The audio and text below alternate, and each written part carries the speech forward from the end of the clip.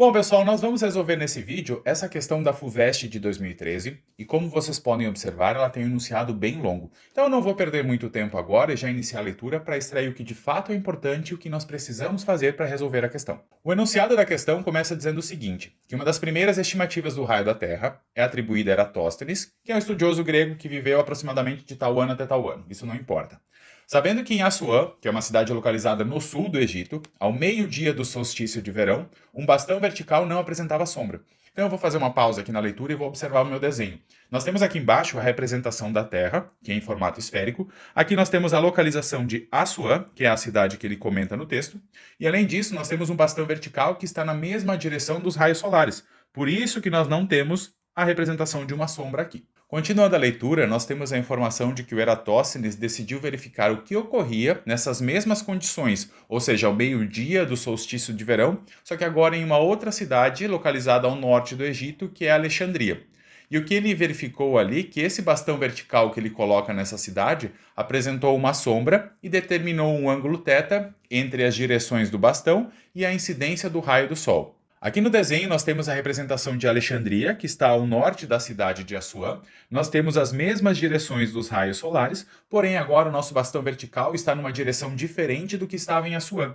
E nesse caso ele vai formar um ângulo de medida θ, que foi informado no enunciado do exercício. A última frase do primeiro parágrafo está informando que com essas informações, ou seja, com o valor do ângulo θ que ele pôde medir e com a distância que existe entre Assuã e Alexandria, ele conseguiu determinar a medida do raio da Terra, que é aproximadamente de 7.500 quilômetros. Então nós já podemos colocar essa informação aqui no nosso desenho, que a medida do raio da Terra é de 7.500 quilômetros. E além dessas informações, nós vamos utilizar agora que a distância entre Assuã e Alexandria é de 900 quilômetros, e além disso nós vamos tomar o π como 3. O que nós precisamos calcular agora é um valor aproximado para esse ângulo que o Eratóstenes utilizou ali para fazer o cálculo do raio da Terra, e além disso determinar qual é o mês que foi feita a medição. Se a pessoa se ligar que o Egito está localizado no hemisfério norte, e que o verão não ocorre em dezembro, a pessoa pode já eliminar duas alternativas que são B e D. Basta agora nós calcularmos qual é o valor do ângulo θ, porque automaticamente só pode ser em junho. Eu vou colocar aqui no desenho a informação da distância entre essas duas cidades e nós podemos observar que elas representam um arco nessa circunferência. Esse arco tem medida de 900 quilômetros. E também é possível de observar aqui no desenho que os raios solares são paralelos, então automaticamente a medida desse ângulo aqui em cima que nós precisamos calcular, que é de medida θ, é congruente a esse ângulo central que determina esse arco de medida 900. Portanto, se eu calcular esse ângulo aqui, que é a interna circunferência que determina um arco de medida 900, automaticamente eu consigo calcular e determinar o valor que nós precisávamos encontrar. Nós podemos determinar a medida do ângulo θ de duas formas. Uma delas, que é a mais convencional, é utilizar uma relação de proporcionalidade com a circunferência inteira, em que eu consigo calcular seu comprimento e relaciono ao seu ângulo central, que é 360 graus, e aí eu tenho o comprimento do arco e quero descobrir qual é o valor do ângulo central que o determina.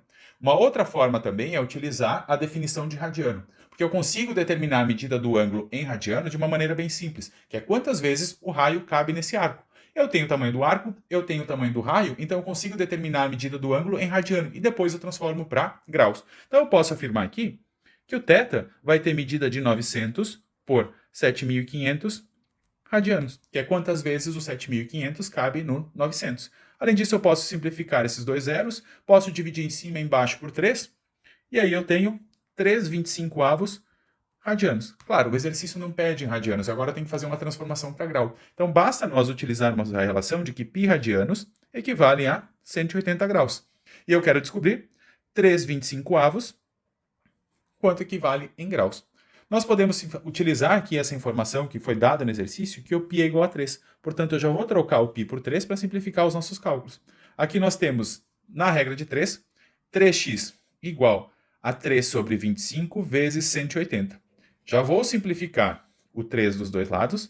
Então, para descobrir o valor do x, basta eu dividir 180 por 25. Se nós fizermos a conta, vai dar aproximadamente 7, alguma coisa, que é aproximadamente 7 graus. Então eu vou utilizar essa informação e agora eu posso assinalar, de fato, que eu sei que é em junho, por estar no hemisfério norte, eu vou marcar a alternativa A, junho, 7 graus.